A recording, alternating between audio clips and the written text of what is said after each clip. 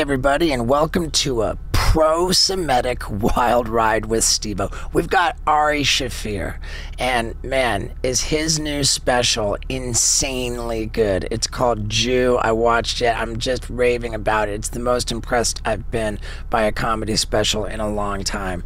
And candidly, I wasn't sure about having him on the podcast. I was like, oof, he's done some bad things, you know? But I made a deal with myself that I would confront him about his bad things. So you can count on this episode being juicy. And it's coming to you from my tour bus, which is en fuego right now. It's actually very cold outside, but man, my show is getting hot. I did an arena. Like, literally, man, I broke my record for the biggest shows I've ever done back to back. In two shows. Like, it's insane what's happening with my bucket list tour, and it's the last shows. You got your last chance to see it live, and there's only a handful of dates left, so get on it. Also, like, as hard as I'm working to try to become like a big deal, you know, man, you can become a big deal with this crazy thing that's actually saving the world. It's called established titles, and what it is, it's you save the world because you're buying a little plot of land and planting a tree, and in doing so, in the Scottish tradition of landowners being considered lords and ladies, you will be responsible for planting tree, owning a cubic foot maybe size plot of land, and that land's going to be saved forever for the environment because you are the man or the lady, a lord or a lady. And for doing this, you get the official title of lord or lady, and you get an official certificate which you can hang on the wall to prove that you're a lord or lady. And I think you can legally change your title, maybe your name. You are a lord. You're literally a lord or a lady. And they made the deal that if the first 200 people, if you hurry up, then your plot of land will be right next to my plot of land. No more than a couple minutes walking distance. And this is literally saving the world, man. Dude, I'm so happy to be a part of this, and I want you to be a part of this. Plus, you get 10% off if you go to establishedtitles.com/Steve-O. I mean, come on, dude. Who doesn't want to be a lord or a lady? I mean, be the man. Take that title. Get that W. Go to establishedtitles.com/Steve-O. And let's get into it. Ladies and gentlemen, Ari Shaffir. Good intro, dude. Yeah, right into it. I do it that way every time, man. Nice. You know my co-host Scott Randolph? Indeed. Yeah. Probably you guys met back in 2015. What was 2015? When we did the Jackass night for... That was great. We did a storytelling night. No, I wasn't there. Did you do it for Comedy Central? We'll get into that, but I've got my first question. It's like, how much shit am I going to catch for having you on? Some. Some. You're going to call my pot stirring. Yeah. For sure.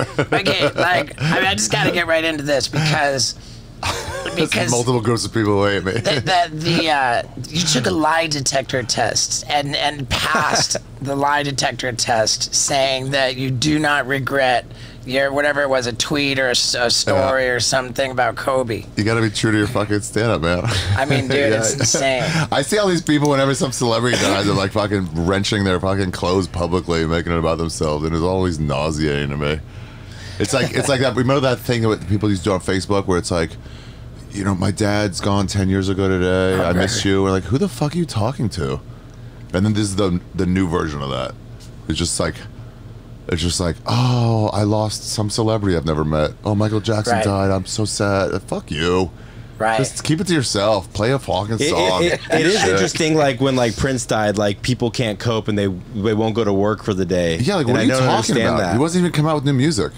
He was done. Yeah. And so it's like, I see it and I just want to mock it. Dude, so I just always say something shitty about the guys. And then Most people like it, and then like 5% of people are like, fine, but I'm mad. Like, So you don't run anything by a team before you say shit. team.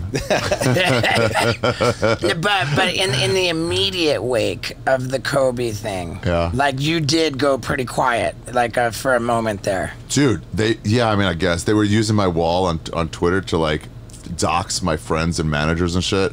So like they were like on like that tweet, they'd be like, "Hey, here's his manager's address. Here's her phone number. Go fuck her up."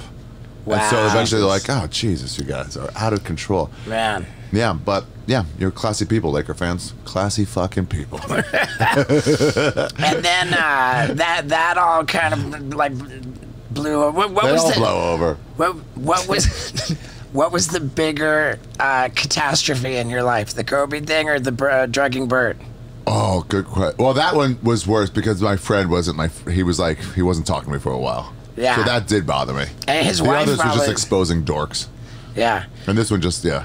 And Bert's wife still doesn't talk to you, is that Yeah, right? Brad and his wife are fucking. He's friends with me, but his wife is not. Is not a fan. She'll never be a fan. I just sent her flowers. I'm like, hey lady, I'm sorry. I'll stay out of your way. Yeah. First of all, that was the greatest podcast in the history of podcasting. All right. We took Molly and just fucking had a fucking We blast. took Molly. I gave him Molly. I gave him free Molly, dude. Some of the finest shit you can find in New York. And I gave it to him, no questions asked. Wait, what was it? No questions asked for sure. And we had a fucking blast. Oh, it was fun. That was at Bert's house, wasn't it? Uh-huh. Yeah. Yeah, he was like... You said it was from New York, so you flew with it from... Yeah, I was flying on tour. And I was like, I just got an idea. I'm like, I'm going to give somebody Molly on a podcast. I don't know who. How'd you transport it? Up my ass. Really? No. I always like to hear how people transport drugs. You know. They ain't looking.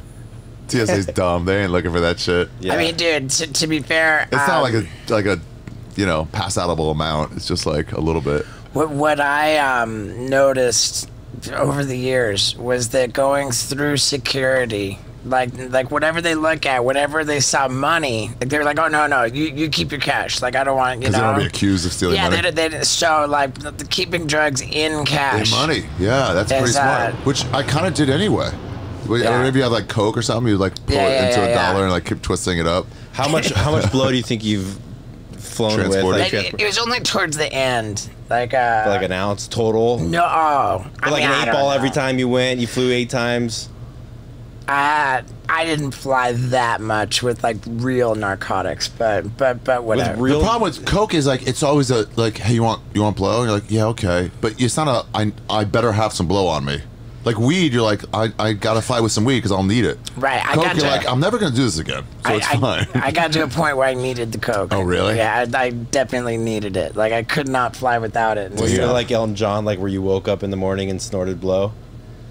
And then you could function? No. I mean, not like wake up in the morning. No, I'd like. You just do a whip it right when you woke up. I mean, whatever. Underrated drug. It's nitrous. Whippets. Yeah. Okay, so let's talk about the This Is Not Happening. You had this show on Comedy Central. Yeah. Well, first we just did it live, like the way you did it. Right. Okay. Yeah, and it came out. It was like a big show on Comedy Central. Mm-hmm. Yeah, it was the coolest stand-up show they ever had, for sure. And at one point, like in between seasons, you guys decided let's get like as many of the guys from Jackass as we can to come on stage and tell crazy stories and just kind of feel it out and test it and see if it would be a good episode. Yeah, so we do themed episodes, and some of them were like travel stories, some of them were this, whatever. We were thinking of having like a Tracy Morgan storytelling show. I'll probably do like... Oh, just everybody tells a different story. There's so about many Tracy Morgan stories that I'm like, Yeah. I could get 4 or 5 comics to tell Oh my really God, good Tracy the Morgan Andy stories. Dick episode will be so huge. Dude, for sure I thought about it in an episode. For Maybe sure. every story is identical. so it's a good... He grabbed me when I didn't want it to. Yeah. So, like, He got thrown out of the bar at 2 p.m. Right. You got like hundreds of people telling precisely the same story. Bad episode. Dude, bad he idea. did the Bridgetown Comedy Festival. We'll get back to it, but he thrown out of a bar at like 2 p.m. and we're like, Andy Dick, and he just takes some of those root beer candies, you know? And he goes, whatever, and throws them at us and they just bounce off. Like, who the fuck is this fairy guy? Yeah. Yeah.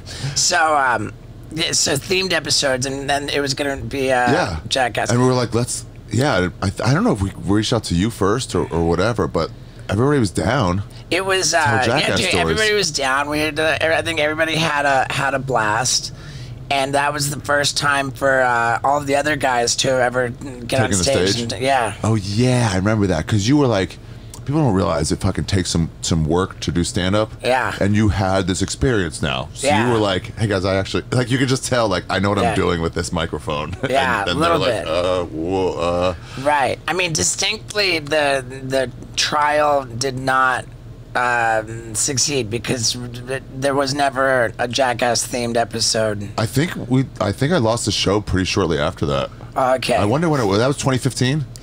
It was 2015. Yeah. Oh, well, it wasn't that short after that. Yeah, I think it was still like a thing we wanted to do. I'm very interested in hearing about the losing of the show. What would as I understood it, you recorded a special for Comedy Central. No, just for myself. For yourself, and Yeah. then it was going to be on Comedy Central, but you pulled it and moved it somewhere else, and that upset. No, yeah, it upset. Well, I got sick of taking notes from people on my stand up, from like just some guy wearing a suit, like I'll just do what I want to do. And I'm sure Right. you get it all the time. We're like, maybe you shouldn't do this. And you're like, yeah, I want to choose my own show. Right. Like a live show. Like, I don't want you telling me what I should do. Right. Like, thanks for the input. Yeah. Maybe, but, I'll do what I want. Right. So at some point I was like, hey, I'm just going to make this myself and figure it out and pay for it. It was kind of one of the early ones of doing that. And then I made it, and then they made me an offer, and I was like, I didn't take the offer. Right. And then I just took off, went to Southeast Asia for a few months, just for fun. I was like finished with the season of the show. Oh my God, and- what do you do for fun in Southeast Asia? That sounds so creepy. Fuck boys, dude. Young boys. Where'd you go? I started in Myanmar just because like I waited till like a day before, and I was like, where's the weather the best? And there was like no rain in the Myanmar forecast, so Yeah. I went there first. And then I called an Uber, then I threw my phone in the drawer, and I just fucking went to the airport with no phone. I locked myself out of all my accounts.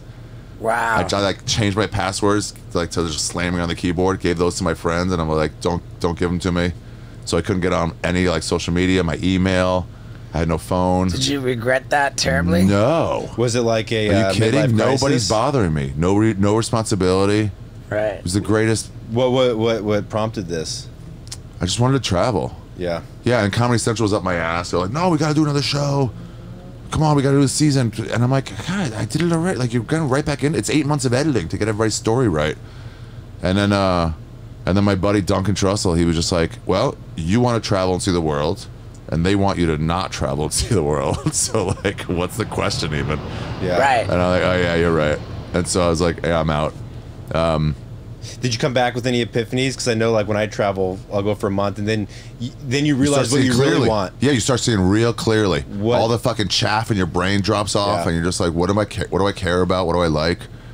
Do you feel like you upped your game when you came back on that trip? What do you mean, up my game? Just kind of like you realized what was important and you just went fucking straight for it. Like, did you get more successful after that, or were you always been kind of on a steady Personally pace up? successful, like there's like you're talking about creative, financial, or like personal. What success is, Personal. Yeah, for sure. I went after what I wanted all the time. It was like this is all about like what I'm trying to put out. None of this. I'm already making money enough to pay my rent. Yeah. So like this is all bonus. People get lost in it. For sure. People get lost trying to keep up with their friends. Yeah. Instead of like we're all just writing dick jokes and we're paying our rents. Did you do any psychedelics in Southeast Asia? Found mushrooms one time on Lombok in Indonesia. That was pretty fucking chill. Because I feel like in Myanmar, don't they have those the honey that people go and try to get from the bees? That psychedelic honey. Oh yeah, That's that- I didn't get any of that. you I ever just seen- stayed in hostels. I was a nobody. It was fucking. It was bomb. Yeah. It was just like, nobody recognized. Nobody wanted anything out of me. It was just like such freedom. Like I think I'll go from this city to this city, and people are like, I heard there's a fucking tomato festival over here. And you're like, all right, I'll change my plan. Yeah. And there was nowhere to go. There was nowhere you had to be. It was great. The toilets took some getting used to, but like. The toilets in the ground. You Yeah, crouch those, over. the bum guns, no flushing of toilet paper. Man, what a great opportunity that would be to promote Squatty Potty. Oh, absolutely. Guys, Steve-O's butt wipes, available right now at steve-o.com. That's exactly where they're available. Not only will they get your butt squeaky clean, but you're also supporting one of the finest stuntmen and comedians in the country, Steve-O. Yeah. That's for you. That's With exactly Steve-O's right. butt wipes. Oh, dude, don't make it look difficult, because it's not. Easy peasy. Easy peasy. The Steve-O's butt wipes. They're butt wipes for your butthole. Clean as a whistle. Stroke it. Yeah, let's see what it comes out as. A little bit brown. Nice. Not as wet as before. That's Yeah, especially after a Skank Fest weekend. Yeah, dude. Oh, anyway, so I got back, and I was like, let me. So Netflix was only doing celebrities at the time when I was like first pitching my special, but then I'm like 4 or 5 months passed, and I'm like, let me see what they're up to. I think they're taking like regular people now.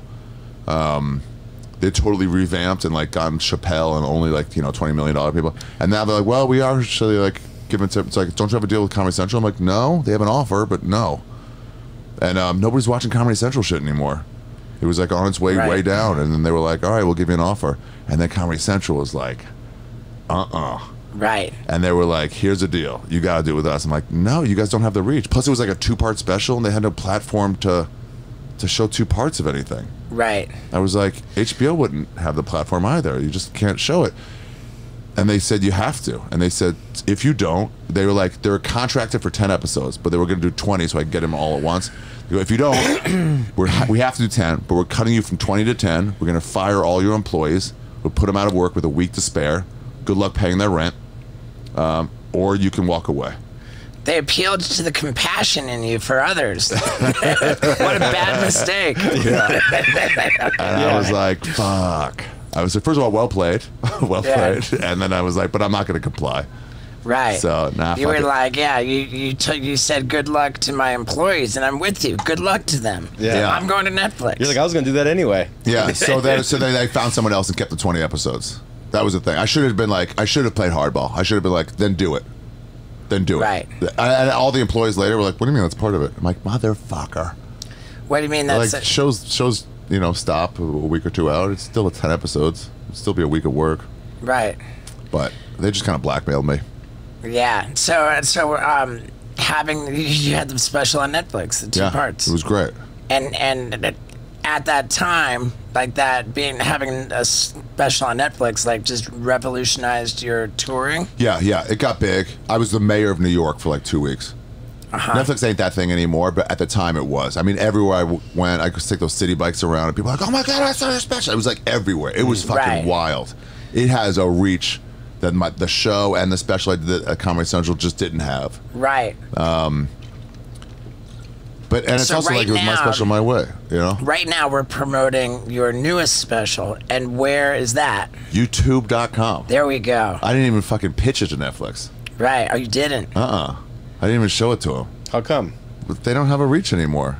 They put up too much stuff. It's like they come and go. YouTube has the reach now that it Netflix does, and it's cooler. You hear that bong bong, and now it's like that's a corporation. You're not independent anymore. No offense, it's still fine. It's still a place to watch some good shit, but like, I want people to see my thing. I worked hard on it, Okay. It's all about Judaism, but it's just funny shit. So I was like, I want people to see it. So I'm out a lot of money. Right. That I'm not gonna get back, but whatever. It's more to life. Man, it's interesting because I wanted to have my special on Netflix so bad. Yeah. And the guy in charge of the specials, he's like, it's the Steve-O stand-up, he's like a comedy snob. He's like, you can't, I'm not gonna do a Steve-O special. And it broke my heart, but I was like, whatever, I'll put it out on my own. I didn't put it on YouTube. What'd you do? I put it on my website with a paywall. Steve-O.com. Yeah. Isn't that the place we can get Steve-O's butt wipes? Your butt wipes for your butthole are available there, yeah. Okay. And I mean, it worked out really well. Like I tripled the money that I put into it. Yeah. And the thing was though, I felt that I was kind of preaching to the choir. Like the people who are going to go to steve-o.com and pay for it on the paywall, like. Yeah. I wasn't broad. I felt like if I got it on Netflix, that I would be reaching a new audience. Well, that's what you want. Convert it would be like a commercial for my tour. Yeah, people did that when Louis did his special. He did the first one like $5, and Yeah. he made like $1 million like in a week or something. I mean, it was like what? And then Gaffigan and Rogan tried to do the same thing, and it wasn't like they didn't get as much because it wasn't the first time anybody did that. Right. With Louis, it was like, wait, what? We can just own someone's special? Right, but then Louis turned around and did it again, and it was even when he was promoting on Saturday Night Live. Oh yeah. But yeah, he did it well. But the other guys, I heard Gaffigan, his problem was he was like, it's preaching to the choir. So I'm selling it to my fans, so I didn't grow my fan base at all. And I just want new people to see it. People that are like, hey, I don't mind to have $30 to go see your show, but I've heard about you. Let me give them an hour plus to like watch what you put out, and then they'll love it. You know, I worked hard on it. Right. So it's funny as shit. So like you'll love it. Go to YouTube. Go find it. Is it trademark? Just like terribly offensive crap? Some of it. I don't even think that way anymore. I don't know if you get like that. Is this offensive? Like, let me think in those terms. I don't know. Yeah. It's almost like, were you standing during that? I'm like, yeah, I guess. I'm not even thinking about that. Is there a lot of blue shirts in this? You're like, I don't know. I mean, I just said, kind of like when I think of Ari Shaffir, I think of like deliberately being offensive, like for the. Dude, like, it's not for the fucking. It's for the fun. It's for the fun. But dude, if I'm not getting a couple people walking out angry in my shows, I'm not doing my job. I had some people leaving some fucking pro school shooting jokes, you know, in Chicago, and these people were like old people, like, "What? My daughters told me to come watch this, and it's not just that it's offensive. It's that everyone else is laughing. They're all to play too." that is a win. Yeah, that's a win. That is a win. Yeah. And are there school shooting jokes on the new special? There's some Holocaust jokes. There's some. Let me think. No, the next one after this will have a good, nice school shooting chunk. I was. I hate kids, so I'm fine with them. I was telling Shane Gillis about this comedian Sophie Buttle that I worked with. Oh yeah, I know Sophie. I've known her for years. Great school shooting joke. She just said like, it's just not worth it to be a bully anymore. Yeah, that's PG. It's like, the best one I heard was with all the guns. Like it's just it doesn't. Adrian Appalucci has one on her special on her album Baby Skeletons. It was like when Parkland happened, and it was happening on Ash Wednesday, and she goes, it was even worse because like all those kids had targets on their heads. Oh God, dude! She told that the night after it happened, and everyone was like. And then this eruption of laughter went off, and I'm like, you gotta take some chances. Yeah, I personally don't like offending people. I don't want to offend people. I want people who are cool to be like, oh. Right. But like, you got to get on that line, which means some dorks are gonna be over the line. Dude, I'll tell you this gnarly joke. Yeah. Like Gino Bisconti gave it to me. Okay. You know? Yeah. So you know it's fucking gnarly. Like I was getting ready to do the Charlie Sheen roast. Oh boy, why did I tell this story? I'm really not proud of what I admit here, but it's gonna be juicy. So get ready to be really entertained. But God, I wish I would have just trimmed it out of this episode. Too late now. But it's not too late for you to trim all kinds of unwanted, disgusting body hair out of your bush, your nose, your ears. And man, is it a good time of year to jump on board. Thanksgiving, man. Be thankful for Manscaped's PP 4.0, the performance package. Dude, they loaded it all into this baby. You got the lawnmower 4.0. You got the weed whacker for the nose and the ears. You got the ball deodorant, the ball retriever. I mean, dude, they got more ball products than I can keep track of, and they're all awesome. Plus, it comes with a travel package to keep it all in. I mean, dude, you are on top of your game, ready for the ladies. Or, ladies, you're ready for the men. I mean, dude, nobody wants to see a disgusting bush, and they damn well don't want to see all the nose hair. So, jump on the performance package 4.0 by going to manscaped.com/Stevo, and not only do you get 20% off your order, they give you free shipping too. It's insane, man. Manscaped.com. Get the performance package 4.0. 20% off your order plus free shipping by going to manscaped.com/Stevo. Now, oh God, I'm about to go. Oh yeah, I forgot how you were on that. Yeah. Didn't Mike Tyson punch you? I ran into Mike Tyson's fist. So Gino Bisconti tells me that he sends me this joke. He's like, dude, look at the dais and say, who are these people? The last time this many nobodies got roasted, at least Great White was playing. Nice. If you don't know, there was a fucking fire at a Great White concert and a bunch of people died. But a lot of those people were losers. I mean, there's more to the story. Well, here's what happened. Yeah. Like, I mean, I heard that. It's a roast. You're supposed to be. Everyone's signing up for it. Understood. But all the people in Rhode Island where the fire happened didn't sign up for it. You know, and the arsonist did. Like, but I mean, yeah, I was. So they got pit. Okay, so I tell Jeffrey Ross, I'm like, man, tell him the joke, and Jeffrey goes, I oh my God. guarantee you, he loved it. He says, oh my God, you have to use that joke on the roast. Oh my God, you have to do it. I'm like, dude, I would never say anything this offensive. And he's like, oh my God, you have to. So we go around like the LA clubs, like practicing like our roast sets. Yeah. And I'm like, whatever. I'm at the comedy store. Like, I'll just throw it out there. And it was like the biggest laugh out of the whole deal. And I started to think to myself, oh my God, like that joke is kind of killing. Like maybe, maybe I'll use it. So, at the, they tape the roast like a couple days before, or they tape it and then it takes them like a week or so to put it out. Yeah. They edit out all the bombs. Yeah. So. I said it at the taping. I said the Great White joke. And the next morning after the taping, like my whole Facebook feed, like it's just people like, go burn in hell. Like, hey, and I'm like, why do they get it? I'm like, the roast didn't even come out yet. And what it was that there was a writer from Entertainment Weekly who was present at the taping. I'm sure he was not cool. And he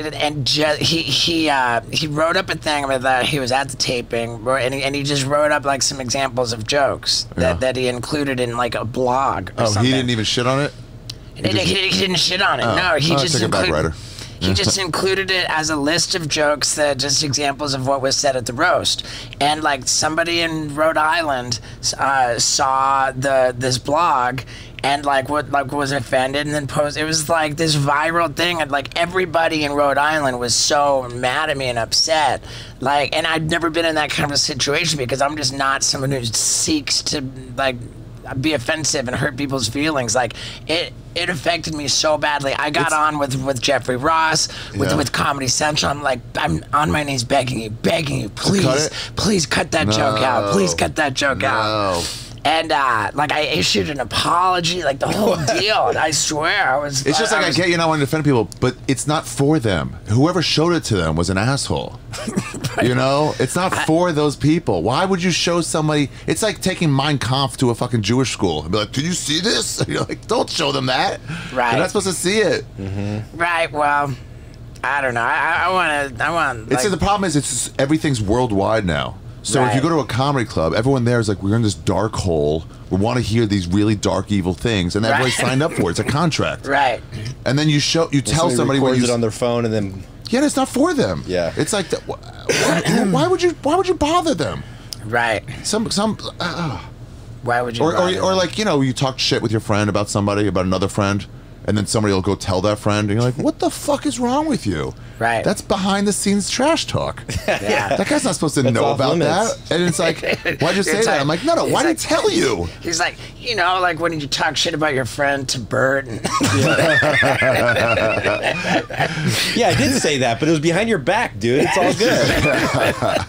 Dude, you should have seen how many times Bert said I love you during that podcast. Oh, yeah, wow. It was his first time doing Molly. Just rubbing your leg. He was loving it. Now his cat sat down on the couch next to him, and he was like, he's just staring at this cat. And this is before he realized it? No, after he realized it. After he realized it. And And then after you got Comedian of the Year or something, so maybe you're responsible for that. I'm for sure responsible for it. I upped his game. I helped him see clearly. Right. And he said his cat's looking at him. He goes, dude, my cat sees me. And I was like, yeah, I know. He goes, you don't know.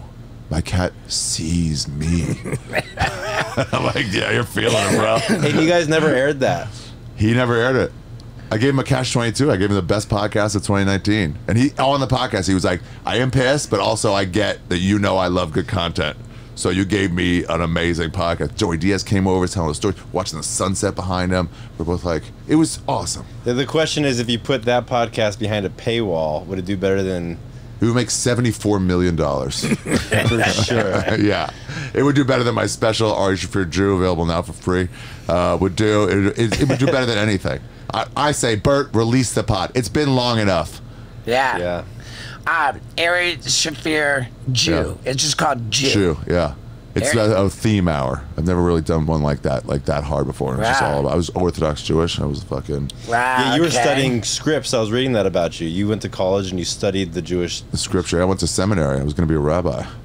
Hard turn. When did you back out of that? When did you make that turn? His first 21. LSD trip. 21 years old. Yeah, I got a fucking BJ, and it was like, is this allowed? And they were like, hard no. I'm out. Keep it warm for me. Yeah. I went the bacon route. That's crazy. What do you do about people at your shows recording video with their cell phones? I hate it for that reason. Right. It's like you're taking this to people who aren't supposed to see it. Well, right, and you might be taking material before it's ready. So that used to be the problem. Was And like, even you're going to if- put this up and it's not done yet. Right. And it's like people don't understand. It's like the stand-up process is tweaking while you're Sure. performing it. Yeah, so it's you're an showing evolution. a finished product that's also not finished. Right. It's finished when I'll record it and put it up. Right. And even if it is polished and finished and ready, then like It's not up to you. You're Taking my shit. Yeah. yeah. It's like taking a manuscript from some guy who wrote a book. Like, I'll just release it. Right. And you're like, no, no. So I don't like it, but also it makes people not pay attention. I see them like on their phones, or like, I'm like, let's just listen to my fucking setup, dude. Right. I'm I'm telling a joke and you're missing the setup. You're just coming at the end going like, what the fuck? And like, you wanna Right. pay attention? Here's my favorite thing I do when I see people like on their phones during a show. And dude, if you're a stand-up comedy show, from an audience perspective, that's exciting. That's a fun night on a date or whatever, and you're missing it. So you can fucking scroll Instagram or some shit. So I'll like, as I'm talking, I'll take a napkin off someone's table if I'm at a club, and then I'll like wad it up and I'll see them over there, and I'll just like really like telegraph it, and their heads down, and I'll just like hit them in the head with a napkin. They go like, like, what the fuck? I'm like, you weren't paying attention. And I guess I was. I'm like, what was I talking about? And then they're like, I don't know. Like, where are you paid for tickets? Yeah, what do you do? I mean, do you bring back the Yonder bags? You ever I use think you those, have or- to. No one can. They can't trust themselves anymore. We're all such addicts. Right. Even if That's you say true. don't do it, then you get a buzz in your phone. You're like, let me see you text, and you're like, oh well, I'm out. I may as well record this. I mean, even Right. if they're out of service, they can still record a video. Yeah, they can. So it's like, just So Yonder don't. bag Yeah, or- Yonder bags help. It's almost like when Yonder bags started, people were like, what the fuck? And now they're like, I get it. That was the Right. best part about Southeast Asia. There was no, I wasn't on there. There was no reason to record anything. I had a camera if I really wanted to take a picture of some people I met, but that's it. And it was just like, you're free of it. Yeah, dude. You're on there too much, aren't you? Oh, way too much. Yeah, you too, right? 100%. I got off social media for like a couple of years. How and good then I did it just feel? got back on because I put a documentary out Get your there. fucking hooks in you. Yeah. You need it for this one. I at my show is multimedia, so like I did all this fucked up stuff, and tell the stories of it, and then after each bit, I pay it off with the footage of the bit. Oh, that's cool. Yeah, so That's I real have. cool. Thank you. I have the luxury of having a screen and video anyway, so I've got like an intro video where I'd say like, you're gonna see I put a lot of work into this show, and you're not invited to steal it. So That's please cool. don't. Yeah. And that's I find pretty effective. Really? Yeah. He caught somebody recording. I think that people should know when they go to a comedy show not to record with their phone. That's stealing, man. And boy, wait till you hear what I did to this person that I caught. And frankly, numerous people. I just don't like it, man. I mean, don't be putting out my comedy special before I get the chance to. And I'm actually filming my special in all kinds of different cities. So if you're going to one of these remaining dates, then you have a chance of being in my special. It's the fucking shit, man. And speaking of shit, I think I've told you that my favorite product that I've ever promoted on this podcast, I'm standing by it, is my bidet from HelloTushy.com. You know, it kills me that I don't have it on the tour bus. I don't think you can have it on the tour bus, man. And that's the one thing I don't love about my tour bus. HelloTushy.com has the greatest products, man. If you don't know what a bidet is, you sit down on there and you twist this little knob, and this nozzle goes boop and just perfectly blasts your butthole fresh and clean. You can slightly move around, adjust it to just get it right on there. It's refreshing, it's clean, it saves the environment because you're cutting down 80% on your use of toilet paper. Your butthole's perfectly clean, like, man. And they've got all these great products. Plus, if you go to hellotushy.com/Stevo, it's 10% off your order and free shipping. And look, I've never said another product was my favorite except for Hello Tushy. That's probably pretty reckless of me, but I don't care. I love them that much. And if you haven't tried it, you're gonna love them that much too. So get on over to hellotushy.com/Stevo, 10% off your order plus free shipping. Your butthole's gonna love it. Now, let's get back to it. This has happened a bunch of times. Most of the time, by the way, when they're filming, they just want to be able to show their friends, not send it to anybody. Like, look, I was at a Steve show. Yeah, but Steve jumped off the stage. You don't know, yeah. He fucking grabbed that happened a bunch of times? That you've jumped off stage? I've jumped off the stage while performing, grabbed the person's phone, they follow me out, and then... He's like, delete it, and then show me your delete box, and then delete it again. And that happens, how often does that happen? I mean, it doesn't happen a lot, but I'm just protective of my Plus, art. it takes you out of it, because then now I'm looking around the room, and sometimes like I'm just taking a picture. I'm like, I don't know that. Now I'm thinking like, what am I saying? Because like, sometimes I'm saying, well, maybe not offensive stuff, but like stuff that's like, this shouldn't be out there. This is just for the live experience. There was another time years ago when it was 2014, we were in New Zealand. And and I didn't blow a load the entire year of 2014. I was Why? Because you're a fucking loser, idiot. He went 430 something days without blowing a load. I just got out of sex addict rehab. So I'm in this celibacy period. I'm flipping my lid. No jerk in it? No, I didn't blow a load for the whole time. Wow. Celibate. And during that period, we were in New Zealand, and some chick was filming. And I like berated her. I went off, and there was like a print journalist in the crowd who just wrote this story about what a terrible asshole I was. And I was like, if I just let the chick record, like nobody would have seen it. But now this story comes out with like in a proper outlet. You know? It's not right though. It didn't have to be that hard on her. Yeah, well, there was a point in time because I'd be like backstage in the green room and you just hear the mic drop. And just go boom, and you'd be done. It'd just be somebody talking, and I'd like run out to see it, and he's just like, "Would you just shut the fuck up?" And they're just like having a conversation, you know, just a little conversation, but like he was so on edge from not blowing a load that it just was happening. Wow. That and like the heckling and the table talk and the video recording, like it all just like builds up and it accumulates, and it gets to a point where you're just like, I can't take it anymore. You ever seen Nina Simone? You know who that is? The documentary? I do know. Old jazz musician, yeah. like singer. But she was like, it's my show, you better be fucking respect. That was her vibe. And she's starting to play the piano. There's videos of this, and someone will just like, call, and she'll just stop and. For sure. And then go back. People were scared of her. Wow. That's funny. It's like Steve when you like air footage and you show people and somebody says something and he'll stop and he'll be like, and then he'll rewind it to where they start talking and then he'll play it again. Dude, how was your load on the 440th day? It was underwhelming. Underwhelming, right? It's not. You didn't save up. You just stopped producing. Yeah, it was underwhelming. It didn't even feel that great, and it wasn't What? like that huge. Was your load in your hand or was it It with a landed chip? on my tummy, and I took a picture of it and sent it to everybody. Yeah. Behind the paywall. Yeah. Yeah, I wonder like on Pornhub, like if it said like, 432-day load, like that would crush, Yeah, right. for sure. Man, See I what don't it know. I would click on that, You could have sold that load. turn it into Nice an bidder. NFT load. Yeah. Yeah. Have you sold any NFTs? Nah. Yeah. I tried that- selling a podcast once. That somebody's like, they were looking into it. Let's try it, and I was like, okay. And it got like no offers even. But why would somebody want to own a podcast? Right. I don't even want to do mine. Right. It's I don't that. fucking own one. Yeah, it's where you're not Have into you? the crypto. I sold one NFT. What was it of? It was a photo of my girl and I naked, like simulating sex in a window, like on 20 floors above Vancouver. Simulating? You guys weren't even boning? We were not boning in that photo. Boo. I always thought you guys were boning. No, we were not boning in that photo. Someone took it. Somebody took it down there. Or did you? No, we had there's a setting on a GoPro camera. You say GoPro take picture, and it takes a picture. That's cool.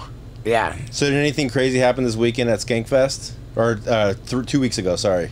2 weeks ago. No, I wasn't drinking. I took the month off. Oh yeah, that's right. October for sober October. Oh. Yeah. So it's the wrong time to do it. This is a drinking town and a drinking festival. Even walking through the hallways of the fucking wherever they're putting me up, it's like, God damn it. Ugh. Wow. So during Sober October, if you just slip and you're like, I can't do it, you break down and have a drink, is anyone going to know? So there was one moment where it was no one's gonna know. It's just honor. You know, Right. it's just like you know. do you have honor?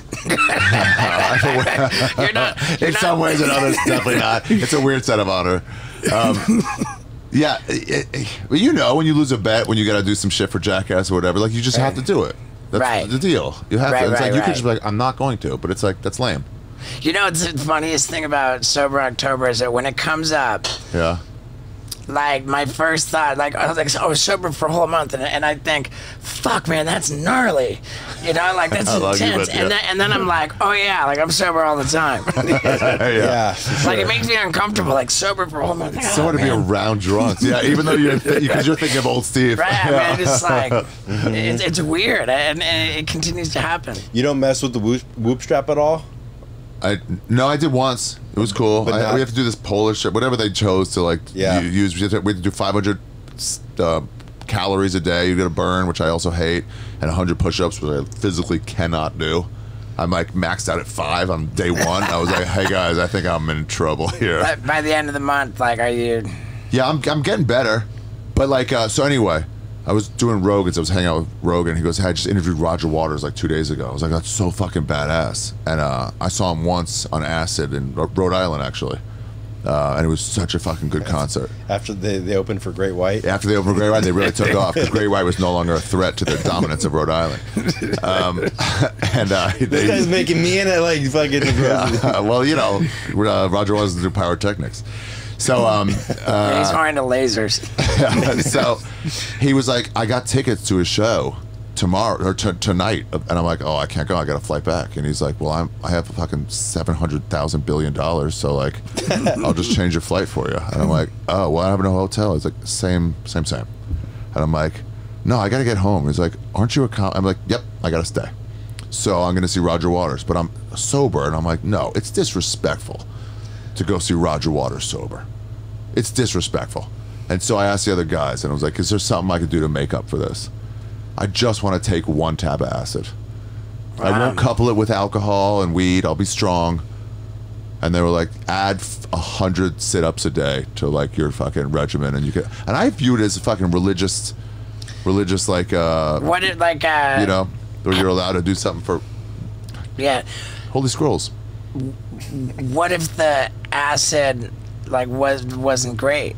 It'd be disappointing. Yeah, it was the But here's acid the deal. rain. It was stronger than I thought it would be. Dude, it was stronger than I thought it'd be. The guy I got it, and it was like, he was like, I just dip this right now, so like dry it out. So I'm like holding in the car over there, I'm holding it open, this baggie open in the air conditioner vent of a fucking car, just like trying to dry it out. I was with Hinchcliffe too, and I was like, and the only other person that took it, Rogan was like, I don't want to fucking touch that. Street acid? Fuck you. And I was like, you're wrong. And the only person that took it, the only one that was a man, was Tony Hinchcliffe's girlfriend. She was like, I'll tell you, Hinchcliffe fucking pussed out, and we had a blast.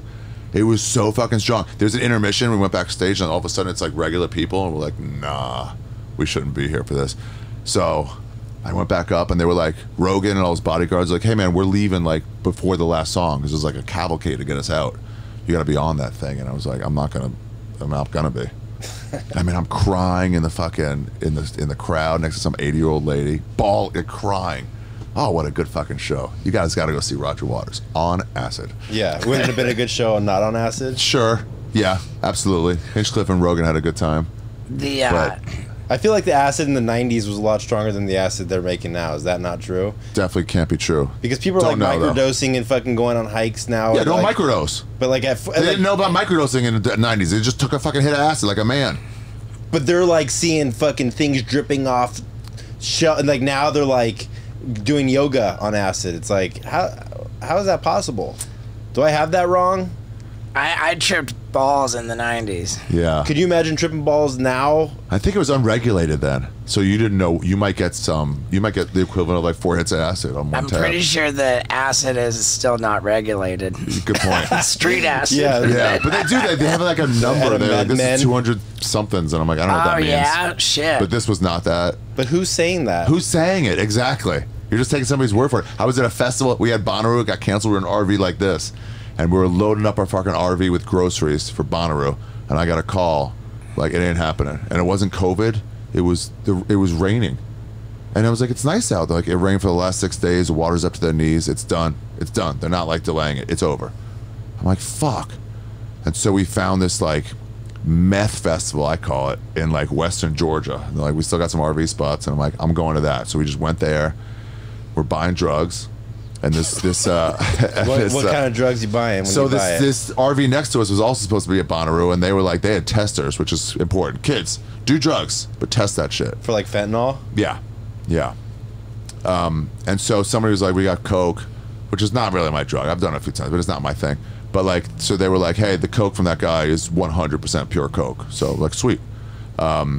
And then they went and bought some acid. Like, hey, the acid from that lady is 100% not acid. That is some sort of mescaline, and it's dry. And my buddy was like, shit, it's in my fucking hands. And then he starts fucking going for like, are you going to be okay? He goes, yeah. And then we're like, how are you doing? He goes, guys, I've done drugs before. Fucking, it wasn't the plan tonight, but I'll be fine. I'm at a festival. Oh, man, that was great. Valley Vibes, greatest festival in the country. Who's playing it? Nobody. Nice. Yeah, they said 3 stages. We're like, cool. The stages were like, this table was one. It was just a bunch of fucking milk cartons set up. It was cool. Carolina Story, that was one band. They were cool. It was a mixture between country and fucking like surf metal. Nice. That's kind of cool. Yeah, it was bomb. Tons of fire ants. Yeah. You ever been into the K-hole? No, I've done ketamine, but never. I wanna. Have you? Never. You? Dude, I fucking love K-holes. I mean, I don't even know, You love K-holes? I mean, I don't even necessarily know what a K-hole is. I just know that I've had a lot of fucking crazy experiences. Where you like can't that. move? Or like time stops? I don't know Meaning about anything? can't move. I remember at one point, like, looking at my feet, and they were, like, so far away. Like, Drugs are the best. I remember another time I was in a hotel room, and the hotel room started free falling. Like, I was, like, looked up, and I could, like, see a shaft that the whole room was falling through. Like just falling down? Yeah, I was just like, Wow. dude, I'm fucking free falling in a hotel room. It was, Steven. it was epic. I mean, shit like that was just like, this is the best night of my life. And like, as a sober guy, like nothing's more important to me than being clean and sober. Yeah. But still, that was the best night of my life. Yeah. Ask Bird about that. He'll be like, he shouldn't have dosed me, but like, that was fun. He'll admit it. We were on stage the other night, and people were like, what's the Molly fun? He goes, yeah. And they just went right back to like, Yeah. Do you get triggered at all hearing people talk about drugs? an equally valid question would be, am I triggered by the thumbnail of this episode? Woo! And the answer is no, man. I like to take care of my spiritual fitness and my physical fitness by just being a healthier guy, and to do that I use Athletic Greens. I mean, I'm telling you, Athletic Greens, their AG1 product is the most convenient, comprehensive daily nutrition, period. Nothing messes with it. Plus, it's delicious. You start your morning with it, you dump a scoop into a pint of water so that you're hydrated, and you've got all of the nutrition that you need in that pint of water to fill all the gaps in your diet. All the greens, it's in there. It's 75 different whole food sourced vitamins, minerals, superfoods. Like, it's just unbelievably packed with stuff that's good for your gut, for your brain, for everything. It makes you think better. It makes you better. I love it. Athletic Greens, and it's delicious. So, man, if you're thinking to yourself, I could be eating a healthier diet, you need it. If you're thinking to yourself, man, I'm like my memory, you need it. If your gut, if you're worried about your gut, you need it. I mean, it's just the best stuff out there. And if you go to athleticgreens.com/Stevo, they're going to give you 5 free travel packs with your comprehensive, convenient daily nutrition for the day, 5 of them, plus an entire year's supply of immune-boosting vitamin D. That's the deal for the Wild Ride listeners. If you go to athleticgreens.com/Stevo. You get that with your first order. And if you haven't tried it, then figure it out. Get over there, athleticgreens.com/Stevo. Now, let's get back to it. I mean, are you safe in your sobriety? Weed sounds like I'm sober too, and like the smell of weed, I'm like, I don't like being around weed because I like the smell of it too. Yeah. Plus, like, there's like it's entering my body when I'm breathing it in. True. Like, there's kind of like secondhand high shit I don't want to fucking be a part of. True. You can't, if you're around coke, it ain't gonna get in you. Right. Alcohol, drink all the alcohol you want around me. But yeah, I feel pretty good about it. You just don't ever want to be... I would never want to say I'm safe in my sobriety, or even I feel safe in my sobriety. Like, because by definition, none of us are safe in our sobriety. We got to, like, stay on top of, like, keeping our But you know what I'm talking about, though, right? Yeah. Some guys are, like, day-to-day guys. Other people are like, oh, I don't really think about it every day. I don't think about actually going to get loaded too much, no. I'm more triggered on the sex stuff, because, like, I work a sex program, too. Like, that's a whole other ball game where it's like not drinking booze, like, that's minor. Like, trying to fucking stay within some guardrails of, like, sexual sobriety, like, that's a little tougher. Sexual sobriety, yeah. Because somebody's throwing it at you. Yeah. And then you're like, my body wants it. And then it's like, okay, cool. What's healthy? It's like, yeah, you can have some sex, and then it's like, well, I didn't use a rubber. Nice. And then you're like, fuck. Oh yeah, you feel like worried for the next. That's the whole point disease, of, like, and then you're like, you gotta keep in touch with the girl until her next period. so you're sure. But yeah, so it's just like that's more on the forefront of my mind than like drinking a Coors Light. Who says rubber? What are you, born in the fucking 40s? What do they call it? Prophylactic? No, that's even earlier. What are you, a nerd? Rubber? What are you in the fucking? Hey guys, you got the condoms tonight? I think rubber's the word. You got a chick? Sometimes. Oh, sometimes. Up and on, a bang. So sometimes meaning one chick sometimes? Or? Yeah, no, I've had chicks before, but no, not now. Right. You ever want to get married or no? Nah. Never. No married, no kids. No kids. I got a vasectomy. Me too, dude. Yeah, dude. It's easy, right? Yeah, well, not the way I did it. Stunt go wrong? I have a show tonight. If you want to. You have a story about it? Well, yeah, that's one of the marquee bits. I got one too. The vasectomy Olympics.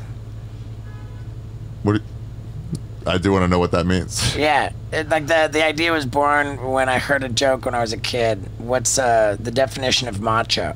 Okay. A man who jogs home from his own vasectomy. And I was like, well, I want to be macho. Like, I'll do way more than fucking jog. So I came up with an idea, like, to just do bunch of hellacious shit immediately after getting a vasectomy. Oh, dude. You're the only one like you. Kind of. I mean, you see pain as an opportunity. Not like, okay, I need to take it easy. You're like, oh, sweet. This will be hurtful, which will be nice for me. Yeah. And I don't have like a high threshold for pain or anything. Just my desire for attention outweighs my need for comfort. Right. Yeah, the wasabi might be the worst one. Yeah, you saw that he was up in the car, suspended, sleeping over there. We haven't really talked about that on the podcast at all. But were you tripping? Were you like, fuck, why did I do this? By the time we drop this, we'll have talked about it, I'm sure. Did you start the car? No. Wasn't it hot? It's Vegas. Wasn't it hot? It's a Tesla. I had the windows down. You okay? Yeah. Still, it's hot. It's like 70 at night here. Yeah. Yeah, but were you like... Once the sun comes up, you're fucked. You didn't sleep well at all? It got hot in the morning. Would you just lean your seat back? No, the back seats fall forward, and then I got a special Tesla mattress. So I have a full bed in there. Did you have to piss or shit? Piss out the window? I got a special like quart jug urinal with a hose and a thing that comes out from underneath. You the gotta seat. sell those on stevo.com. Yeah. Not a bad idea. Did you jerk off at all in there? Not that night. I would have. I would have pissed out the window and jerked off. Definitely pissed out the door. I got in big trouble. I upset a cop a lot. Why? Because in the morning there's like a big crowd underneath, and I'm standing up on the on the roof of the car pissing off. Pissing all the way down, and the cop, because there were little kids down there. I mean, they were over 100 feet away. These pedophile rules are too strict. Right. I found myself thinking, if I do get arrested when I come down, then like that's kind of a cool arrest. Like pissing off of a roof of a car at 100 feet in the air. Like, how do you even write that up? Is it worth it? I think Is it worth it? And that would be worth it. I think for the so. story. Yeah, for sure. I think so. Yeah, you were on private property, right? I think you were good. I was on private property. What property? The UFC headquarters. Did they let you? They let me do it. Dana promoted Dana White's it. the coolest guy in the world. Dana White is the coolest guy in the world. Me and Duncan once, we were this guy Duncan Trussell's a comic. Loved it. My favorite episode of this podcast, my two favorites were Kevin Smith and Duncan Trussell. Really? Yeah. Interesting. Talking about God. Yeah. Talking about. I saw Duncan at that concert, and I hadn't seen him. At Roger Waters. Yeah, and he's one of my best friends. We started the comedy store together, like literally employees together at the comedy store, beginning comics. Oldest friend in Hollywood. Cool, man. In I really like him a lot. He's so unique and interesting. Yeah. Actually, this does not go with my brand. Can you cut that out? Listen, fuck Duncan, dude. He fucking sucks. But anyway, I tolerate him. So I saw him, and he's walking up the steps, and I'm fucking flipping out. And I see my friend that I haven't seen in so long. The pandemic fucking put a fucking chink in a lot of people's friendships. I only met him on Zoom. Oh, really? Because of the goddamn pandemic. He's the best. And so I see him, and I'm like, Duncan! He's 18 rows ahead of me going out, and then he does that thing that a lot of celebrities do that I'm sure I do too, where he just gets a touch rigid. I'm like, I'm not listening to that fan. Yell my name. Yeah. Like, I'm leaving. Can't, yeah. And then I'm like, oh shit, I get it. I'm like, I'm like, Duncan, it's Ari Shaffir. And then he's like, hey! And we're just crying and hugging each other. Oh, it's the best. Why was he crying? That's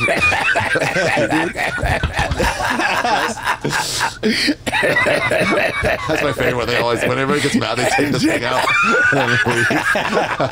They still have respect for the equipment. Yeah. Wait, what was it talking about? What did you tell me? You were on acid at Roger Waters, and then he said it's Ari Shaffir. No, before that. What were we just talking about? Motherfucking weed heads. About God's favorite episodes, Kevin Smith. Kevin Smith, we're Duncan talking Trussell. about God. Yeah, that's why I brought him up. I brought him up for a reason. Duncan Trussell, before that, my best friend, oldest friend in Hollywood. You're not getting buried in a Jewish cemetery with that tattoo, huh? No. Are you getting cremated or buried? I don't care. I'll let my friends do whatever they want. It's for the living. My first cousin's a funeral director and a mortician. Yeah. And I always had the idea that, like, whenever I pass, to have him fly in and take control of my body and, like, just do a bunch of fucking crazy shit with it. Oh, yeah. Have some fun. Like I what? want people to have some fun with it. Right. And then I thought, I can't wait. Like, plus, like, so then I thought that I would go to like terminal wards, like hospices, Yeah. and like walk around until maybe somebody recognized me and like got stoked, and then sit down with them and be like, hey, you know, like it's a bummer situation that you're in here, you know, but like, what do you think? I got this cousin. He can fly in, you know, and like in a couple weeks. Cremate you? No. And make you live beyond. No, yeah, like in a couple of weeks, like when you know, like when it's The finished, inevitable. when it's finished, my cousin can fly in and he can embalm you and stuff, and then you know we could like strap you to a rocket, like you know, That's like gnarly. Yeah, it's not You know, I like, think that'd be cool. like it was. I told the idea to my dad, and he was like terribly offended by it. Like, Put it on Comedy Central or something. Yeah. I mean, like if some weekend, you want to do like Weekend at Bernie's for real? Yeah, oh, yeah, exactly. How fun would that be? My comedian friends, okay, as long as my parents are okay with it, go nuts, you guys. Have some fun. You know I don't have any Right. lines. Right. Fucking do it. God, I can't remember And why I then- brought up Duncan Trussell. It's and gonna then- fucking kill me. And then when like so maybe like I die, my cousin flies in, he embalms me, straps me to a rocket, I get to do all this cool stuff, and then when we're done with that, then like dismember me, and my idea used to be like then take apart my skeleton and for all my best buddies, like Give 'em a I'd finger make, each. Well, yeah, like make like a bowl so my bros can smoke weed out of my bones. Like depending on cool. like how good of a bro you are, the bigger the bone you get. Oh yeah, get a bong, get a whole bong Yeah, from there. So you just yeah. got a little pipe that you can Like take a around. femur bong, you know. You say the more of the bro, the bigger the bone. The skull bong dude would be sick. Skull bong with the femur coming out of the head. That wouldn't be bad. That would be But pretty cool. how about let's just brainstorm this? But the where you smoke would be right out of your mouth. So you gotta like suck on Steve-O's mouth. Yeah, and go, yeah. I know, but the mouth isn't a good hole on a skull. That's a yeah. terrible hole. Well, you gotta die like this. Yeah, that's You your gotta- flesh. You got to do it on the back of the You got head back of the so head, that the skull the can ear sit hole. properly on the table. Light it out of the mouth. Yeah. Yeah, for sure. Interesting. Yeah. Interesting. I give you one last shot to remember why we brought up It was drunken some trust. fucking reason, and then I sidetracked my goddamn self saying, "Fucking shit." What'd you say? What? Would you sidetrack yourself saying? Saying, "Oh, I saw him actually at that concert." Yeah, but why did I we brought bring him him up for a reason. It was before Kevin Smith. Whatever the fuck we were talking about, right before Kevin Smith, right before we talked about that, I was like, "Oh, Duncan." Oh, the pandemic ruined a lot of friendships. That was part of the aside. Yeah, I don't know, dude. Comedy Store Buddies. That was before after. I don't know. I wish we had a real podcasts were real, so we could actually just rewind this. Yeah. Luckily, it doesn't matter. You're gonna remember it. Yeah, For sure. It doesn't matter. It's doesn't like matter. I don't think there's one listener who's like I don't care. It was gonna be a dumb story anyway. one. Was it a story? There's not. Yeah, with some reason I brought him up. There's not one listener that gives a shit, but Yeah. I think there are a lot of listeners who care a You'll get lot brown about ass. Steve-O's Guys, it's butt not wipes. just about after you fucking shit. Turn it over. It's also about just day to day. You're walking around all day. Dude, you and I are on the same page because on the side it says Steve-O's butt wipes for your butthole were made to help even the gnarliest ass become clean enough to eat from. With these amazing flushable butt wipes, you can enjoy a perfectly clean poop shoot. Yeah, dude. Yeah, That's our hard packaging. press. That's packaging. This is all you need. If you go to Glastonbury Music Festival, that's all you need. That's Yeah. your showers. Steve-O's butt wipes for your butthole. Yeah. They work for underarms. Now with underarm power too. Yeah, dude. So Ari Shaffir, Jew, Jew. Stand-up comedy special. First one in 5 years on YouTube. on YouTube right now. Where was it recorded? Recorded the Roulette Theater in Brooklyn, New York, the home of the Jews. Nice. Okay. Yeah. Do you have a lot of Jews in the audience? A few. Yeah, I would do. There'll be some of those people that'll get mad, but most Jews will be like, "This is interesting and funny." Okay. Can goys say Jews?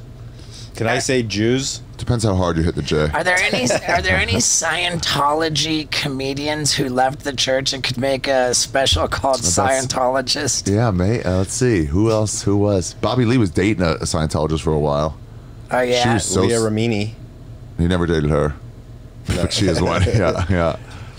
She was born into it. She was so well put together. Tom Cruise gets into stand up and just. They ever try to get to you? Yeah, exactly. Oh, he would dominate instantly. Yeah. Like, fuck, I worked hard at this. He's just selling so stadiums, fucking crushing. Yeah. They ever try to get you? Shit, we lost a camera. That's okay, because I gotta go. They're texting me to set the video up. Okay, what are we promoting other than your special? I have a podcast called Ari Shaffir Skeptic, and I'm starting a new podcast called You Be Trippin'. It's a travel podcast. Nice. I'd love to have you on that. Cool, man. Just tell me about some fun place you've been in the world. I've been everywhere. I know. Not everywhere, but enough places where you love some places, right? I mean, I've been to like 58 countries. I saw you in a 58. Yeah, 58. That's fucking great. I'm up to like 40. That's great. Nice. He's been to like 55. Really? Yeah, 50. I saw Steve-O in an airport once in Vancouver, cut it or not, and I was like, "You like Canada?" Like, yeah, these chicks fuck here. I'm like, oh yeah, dude, welcome to Canada. Yeah, I'm not too into cutting stuff. All right, dude, what are you up to tonight? I'm gonna go to some more Skankfest shit. Okay. I'm the president of Skankfest. This is me and Shane ran for president and vice president of Skankfest, and well, we there won. You go. Cool. It breaks my heart that you're gonna miss my show because it's fucking. When are you coming to New York? Naughty as hell. I got a show in New York Town Hall Theater in December. Okay, I think I'm traveling then. But if it's but thanks for letting me get the word out about my show in New York in December. Town Hall's a great theater. Yeah, I'm super stoked for it. Well, hey, dude, fucking, you're a good sport. Yeah, dude. Good to meet you. You're a good sport, and so he is. Not gonna lie, I had absolute reservations. Like, is it a good idea to have Ari on? I'm not gonna have to. The emotion's gone from all those things. Is that gonna hurt me? You did it anyway, though. I did it anyway. I said, you know what? It said I just want to ask him. And I said, first question is how much shit am I gonna catch for having you on? And I was like, that's interesting. That just starts off on an interesting. It's funny to me that the guy who will snort wasabi is gonna go, is this gonna hurt me? I'm very sensitive. I'm very, very sensitive. But dude, I also want to thank you for being supportive of me doing stand-up. Are some people not? I mean, there's not too many, but there's been some of that, and I love it. Welcome. It's like, dude, we're all doing the same shit, man. We're all just trying to write a good dick joke, and you have your own style with it too. I definitely have my own style. In my new book, I just put out a new book. You can't even read. How do you have a book? Who goes right? I got 2 books. What? Yeah. I describe 2 types of people in my book. I said there are Mark Marons and there are Joe Rogans. Just so supportive, and I'll leave it at that. Like Mark Maron, when I had me on to promote my first special. I went on the Mark Maron's podcast, and he was like, hey, I just when I found out you're doing stand-up, I was just he's like, I'm kind of protective of the art. I was just, and I just remember thinking why is he saying this to me? Why am I here? And that's just, But he still had you on. He's also supportive. But he's also... But bless his heart, he's curmudgeon-y. That's his thing. That's his thing. But my take on it, by that whole vibe, of people who are protective of stand-up and don't want others coming in, is that they're operating with a mentality of scarcity. Like if Steve-O comes into stand-up and is successful, then there's going to be less food on the table for them. But that's not true. There's so much food. Right. But it's this mentality of scarcity. And then there's Joe Rogan, who has a very distinct mentality of abundance. He says he wants his fucking mailman to do stand-up. Sure, why not? My mailman's fucking funny. As long as you don't go, I'm the best at this, fuck you guys, I mastered this, then everyone's like, sweet. Right.